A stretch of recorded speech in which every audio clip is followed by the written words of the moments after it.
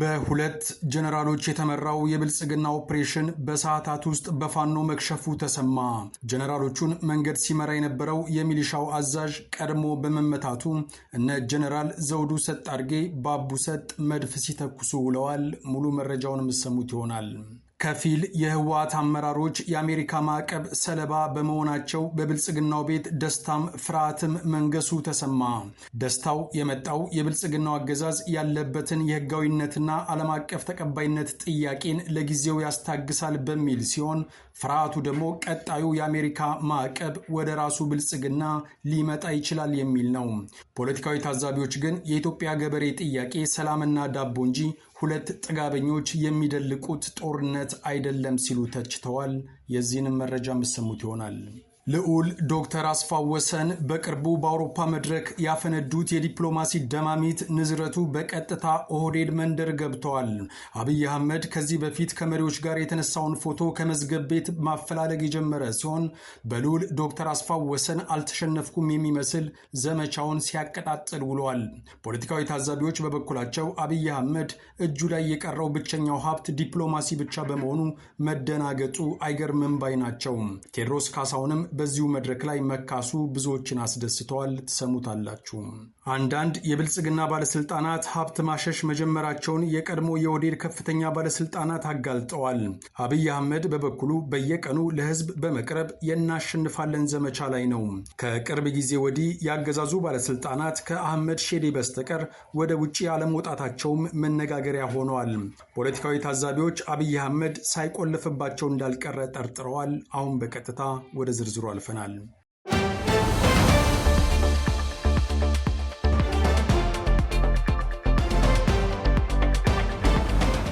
በአማራ ሳይንት ግንባር በሁለት ጀነራል መኮንኖች የተመራው ውጊያ ውጤት በሽንፈት መደምደሙ ተሰማ። እስከ ሰኔ 30 ድረስ ፋኖን አጸዳለሁ በማለት እየቃዣ ያለው የአብይ አህመድ አገዛዝ ወደ ምዕራብ ወሎ ግንባር በብዛት የላከው ሰራዊቱ እንደ ጨው እየሟሟ ሲሆን የ11ኛ እዝ ዋና አዛዥ ጀነራል አድማሱ አለሙና ምክትሉ ሜጀር ጀነራል ዘውዱ ሰጥ አርጌ መድፍ ጭምር ይዘው በመግባት በዛሬው ዕለት አማራ ሳይንት ወረዳ ውስጥ በሶስት ግንባሮች ተኩስ ቢከፍቱም የአፋብን ወሎ ቤተ አማራ ሚኒሊክ እዝ 105ኛ ኮር 47ኛ ክፍለ ጦር ታቦር ተራራ ሻለቃ ፋኖዎች አይቀጡ ቅጣት ቀጠውት በርካታ ጠላትን መደምሰስና ማቁሰል ችለዋል ተብሏል። የታቦር ሻለቃ ፋኖዎች በጠላት ላይ በወሰዱት በዚሁ እርምጃ ቁጥሩ በውል ያልታወቀ የአብይ አህመድ ሰራዊት አባል ሲደመሰስና ሲቆስል፣ ከዚህ በተጨማሪ ደግሞ መንገድ ሲመራቸው የነበረው የአማራ ሳይንት ወረዳ ሚሊሻ ጽሕፈት ቤት የሚሊሻዎች ዘመቻ መሪ ሙሉጌታ የተባለ ግለሰብ ከናጃቢዎቹ ተሸኝቷል። በሶስት ግንባሮች ማለትም በጓሜዳ ተድባበ ማርያምና ዋሮ በኩል በርካታ ሰራዊቱን አሰልፎ የተንቀሳቀሰው የብልጽግናው ኃይል አሁን ላይ አስክሬንና ቁስለኛ እያመላለሰ ይገኛልም ሲሉ የአፋብን ከፍተኛ አመራሮች ለአስራት በላኩት መረጃ አስታውቀዋል።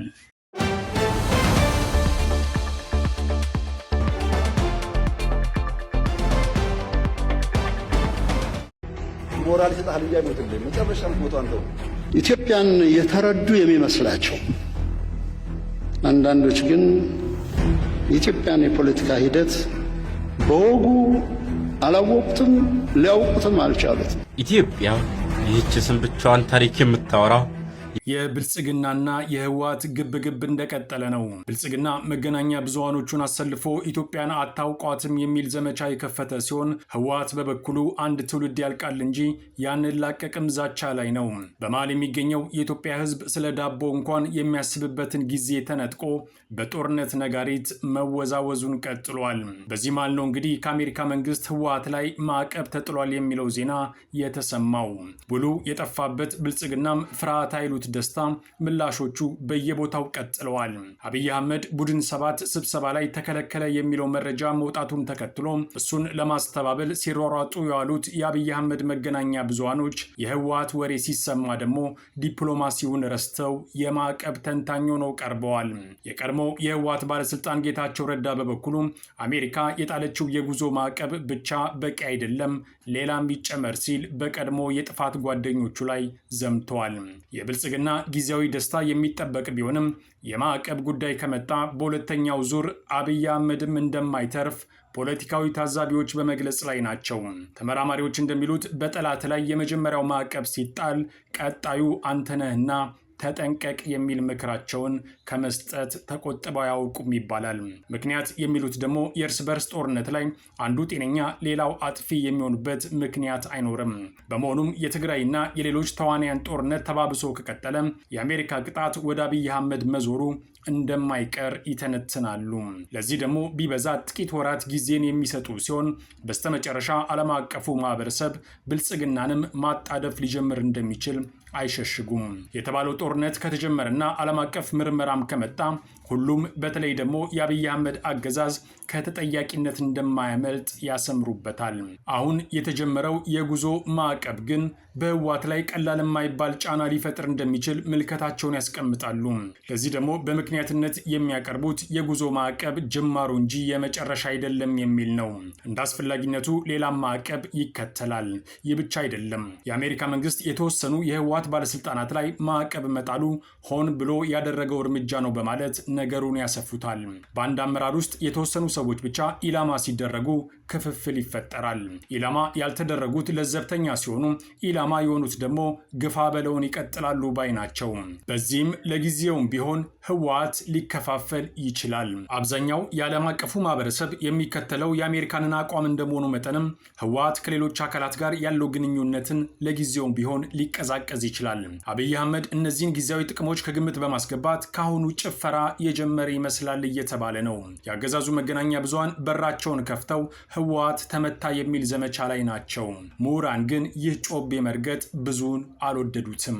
ጠላቴ በማዕቀብ ተመታ ብለ በርህን ስከፍት አንተ ቤት የሚገባውም አይታወቅም በማለት ላይ ናቸው። ዋናው ጥያቄ ግን የህወሓትም ሆነ የብልጽግና ማዕቀብ ለኢትዮጵያ ገበሬ ምኑ ነው የሚለው ነው። ሁለት የጠገቡ አካላት ወደ ኢትዮጵያ ይዘው የመጡት ቅጣት እንጂ ዳቦ አይደለም። ማዕቀብ ቢጣልባቸውም ባይጣልባቸውም ጎንደር፣ ወላይታ ወይም ወለጋ ያለ ገበሬ ህይወት ላይ የሚጨምረው ነገር አይኖርም። ምክንያቱም አሁን የህዝብ ጥያቄ ሰላምና ዳቦ እንጂ የአገዛዙም ሆነ የህወሓት ባለስልጣናት የሚከራከሩበት የጦርነት መድረክ አይሆንም ሲሉ ሙግታቸውን ይቀጥላሉ።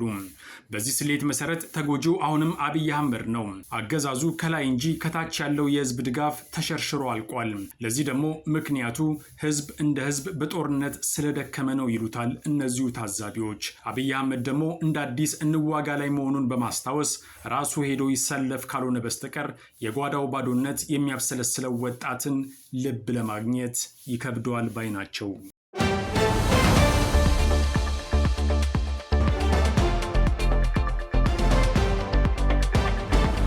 Ethiopia, Tewodros Kasahon, nicknamed Teddy Afro, released a set of inspiring songs conveying powerful messages shared with more than 70 million listeners across the globe. የኢትዮጵያ ነገስታትን ትክክለኛ ማንነት ለዓለም በማንጸባረቅ ስራ ላይ በርካታ ዓመታትን ያሳለፈው ብሎም ዋጋ የከፈለው ድምፃዊ ቴዎድሮስ ካሳሁን በራሳቸው የኢትዮጵያ ነገስታት ልጆች መካስ የጀመረ ይመስላል። በገዛ ሀገሩ ላይ የመሰለውን ለህዝብ በማድረሱ በኦህዴድና ጭፍራዎቹ ዛሬም ድረስ የስነ ልቦና ብሎም አካላዊ ጥቃት ሰለባ የሆነው ድምፃዊ ቴዎድሮስ ካሳሁን በአውሮፓ መድረክ መነጋገሪያ ለመሆን የበቃ ሲሆን ልዑል ዶክተር አስፋው ወሰን ደግሞ የዚህ ጸረ ኦህዴድ ቡድን መሪ ሆነው የነጻነትን በር ከፍተዋል ተብሏል። ልዑል ዶክተር አስፋው ወሰን ሁሉም የአውሮፓ ሀገራት ወኪሎች በተገኙበት ድምፃዊ ቴዎድሮስ ካሳሁንም ልክ እንደ ሌሎቹ ኢትዮጵያውያን ሁሉ የአብይ አህመድ ሰለባ ለመሆን እንደበቃ አጋልጠዋል። ከመድረኩ በኋላ በርካታ የአውሮፓ ሀገራት ተወካዮች በአብይ አህመድ ድርጊት መደናገጣቸውንና አንዳንዶቹም አንድ ፕላኔት ውስጥ የመኖራችንን ጉዳይ ጥያቄ ምልክት ውስጥ እስከ ማስገባት መድረሳቸውም በመነገር ላይ ነው ተብሏል። ይህንን ደማሚት የሚመስል ዲፕሎማሲያዊ ምት የሰማው የአብይ አህመድ አገዛዝ ከጠዋት ጀምሮ ትዕዛዝ በማውረድ ከዚህ በፊት አብይ አህመድ የህንድና የኬንያ መሪዎች ጋር ሲጨባበጥ የሚያሳየውን ፎቶ ሲያሳይ ውሏል። አንዳንድ የኦህዴድ ባለስልጣናትም ከየአቅጣጫው ተነሱብን የሚል ምሬታቸውን እስከ ማሰማት እንደደረሱም ከዛው የተገኘው የመረጃ ምንጫችን አረጋግጠዋል። አብይ አህመድ ሲደናገጥ አብሮ መደናገጥ የዘውትር ተግባራቸው ያደረጉት ያገዛዙ ካድሬዎች ድርቅ የመታውን የኢትዮጵያን ዲፕሎማሲ ነፍስ ያለበት ለማስመሰል ከመዝገብ ቤት የጅቡቲን ፕሬዝዳንት ፎቶ ሲያፈላልጉ ውለዋል። አብይ አህመድ ቡድን 7 ስብሰባ ላይ መከልከሉን የሚያሳይ መረጃ ሾልኮ መውጣቱና የመገናኛ ብዙሃን መጫወቻ መሆኑ ደግሞ የብልጽግናውን ቁንጮ በእጅጉ ያበሳጨ ሲሆን ስኬቴን አልተረዱም የሚመስል ዘመቻ ማሰማቱን ቀጥሏል። አብይ አህመድ ዲፕሎማሲ የሚል ተከታታይ ዘመቻ ለምን በአንድ ቀን ከፈተ የሚሉ ጥያቄዎች በህዝቡም በሊቃንም ዘንድ በስፋት ሲነሳ መዋሉም አልቀረም። ፖለቲካዊ ተመራማሪዎች ለዚህ ያላቸው መልስ አጭር ነው። በአሁኑ ጊዜ አብይ አህመድ በድሮን ሊገዛው የሚችለው ህዝብ እንደሌለ ጠንቅቆ ተረድቶታል። ከባድ መሳሪያ ቢያንጋጋም ተጨማሪ ቀውስ እንጂ ወንበሩን እንደማያጸና እየገባው መጥቷል። በምርጫ አሸነፍኩኝ ቢልም ጉዳይ ያደረገው ሰው እስካሁን ድረስ አልተገኘም። ካድሬው ሳይቀር ተሰላይቷል። ስለሆነም አሁን መንጠልጠል የሚፈልገው ዲፕሎማሲ ላይ ነው በማለት ሐሳባቸውን ይቀጥላሉ። ዲፕሎማሲው ሲነካበት ደግሞ በእጅጉ ይደናገጣል። ምክንያቱም ዲፕሎማሲ ዶላር ነው። በጦርነት ውስጥ ያለ አገዛዝ ደግሞ ካለ ዶላር ከውሃ ውስጥ የወጣ አሳ ነው ይሉታል። ስለሆነም የአብይ አህመድ መደናገጥ የማይጠበቅ አይደለም። ይህም ቢሆን ግን አሁንም ቢሆን ዲፕሎማሲው ላይ ጠንካራ ስራ አለመሰራቱ ለአብይ አህመድ አገዛዝ ጥሩ ዕድል መፍጠሩን የሚያመለክቱት እነዚሁ ታዛቢዎች የቀጣይ ዲፕሎማሲያዊ ጦርነት ከዋናው ትግል ያልተናነሰ ድርሻ እንደሚኖረው ያሳስባሉ።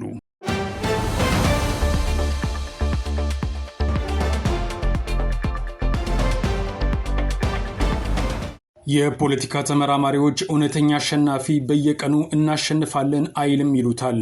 በየቀኑ እየወጣ የሚዝት መሪ ካለ ማታ ምን ያደርግ ይሆን የሚለውን ጠርጥር ሲሉም ይቀጥላሉ። የሰሞኑ የአብይ አህመድ በየቀኑ መከሰት በብዙዎች ዘንድ ምን ተፈጥሮ ነው የሚል ጥያቄ እንዲነሳ በማስገደድ ላይ ነው። በተለይ አብይ አህመድ ሰሞኑን ፍጹም ረፍት ያጣ ይመስላል ተብሏል።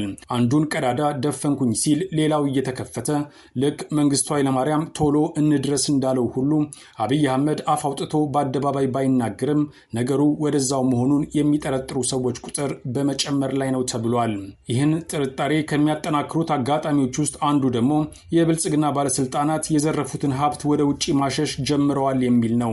ከአብይ አህመድ ጋር ጸብ ውስጥ ገብተው ከባቡሩ በጊዜ የወረዱ ከፍተኛ የኦህዴድ ባለስልጣናት አገኘን ባሉት መረጃ መሰረት ቀላል ቁጥር የሌላቸው ባለስልጣናት ሀብት በማሸሽ የወደፊት ኑሯቸውን አውሮፓና አሜሪካ ለማድረግ አቅደዋል ብለዋል።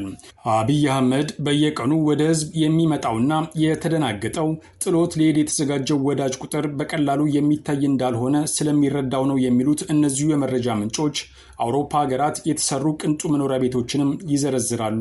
ጥቂቶች ደግሞ አብይ አህመድን አምነው የዘረፉትን እዛው ለመብላት ተመቻችተዋል ይባላል።